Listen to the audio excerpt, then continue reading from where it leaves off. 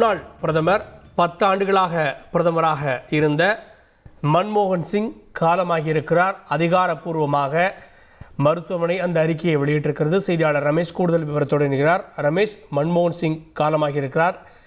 எத்தனை மணிக்கு அவர் இருந்தார்? டெல்லியில் அடுத்த கட்ட நகர்வுகள் என்ன? இந்தியாவின் முன்னாள் பிரதமர் மன்மோகன் சிங் சற்று முன்னதாக காலமாகி இருக்கிறார்.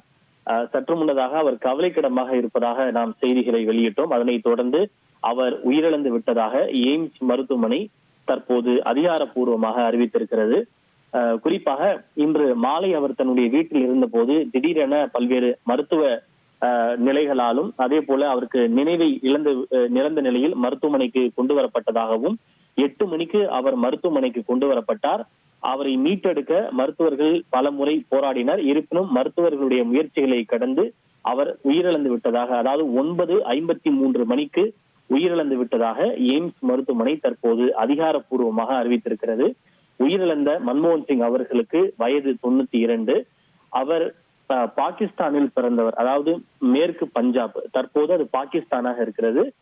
பாகிஸ்தான் இருக்கக்கூடிய கா என்னும் ஊரில் 1932ஆம் ஆண்டு செப்டம்பர் 26ஆம் தேதி பிறந்தார். இந்தியாவினுடைய 13 மற்றும் 14வது பிரதமராக அவர் பதவி வகித்திருக்கிறார். சீக்கிய மதத்தை சேர்ந்த அவர் இந்து அல்லாத சமூகத்தை சேர்ந்த முதல் இந்திய பிரதமர் என்கிற ஒரு பெருமையை பெற்றிருக்கிறார்.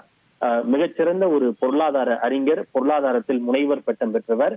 ரிசர்வ் வங்கியினுடைய ஆளுநராக அவர் பணியாற்றியிருக்கிறார். ஆளுநராக பணியாற்றிய போதே பல்வேறு சீர்திருத்தங்களை மேற்கொண்டிருக்கிறார். அதன் பிறகு 1990ஆம் ஆண்டு PV நரசிம்மராவ் அமைச்சரவையிலே முதன்முறையாக அவர் நிதி அமைச்சராக பணியாற்றினார். அதனைத் தொடர்ந்து 2004 முதல் 2014 வரை 10 ஆண்டுகள் இந்தியாவினுடைய பிரதமராக அவர் அலங்கரித்தார் என்பது குறிப்பிடத்தக்கது.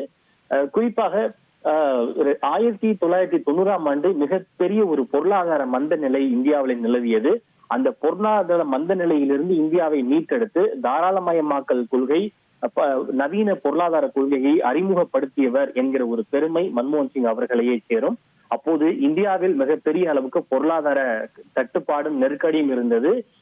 எப்படி இருந்தது என்றால், இந்தியாவில் இருக்கக்கூடிய ரிசர்வ் வங்கியினுடைய தங்கத்தை வெளிநாடுகளுக்கு விமானத்தில் எடுத்து சென்று வெளிநாட்டில் அடகு வைத்து அதில் கிடைக்கக்கூடிய பணத்தை கொண்டு வந்துதான் அரசை நடத்தக்கூடிய ஒரு நிலை இருந்ததாகவும், அதன் பிறகு பல்வேறு சீர்திருத்தங்களை இவர் நிதி அமைச்சராக மேற்கொண்டதன் வாயிலாக இந்தியாவில் பல கார்ப்பரேட் நிறுவனங்களும் தொழில்துறைகளும் வர ஆரம்பித்ததாக பொருளாதார அறிஞர்கள் மத்தியிலே ஒரு செய்தி இருக்கிறது.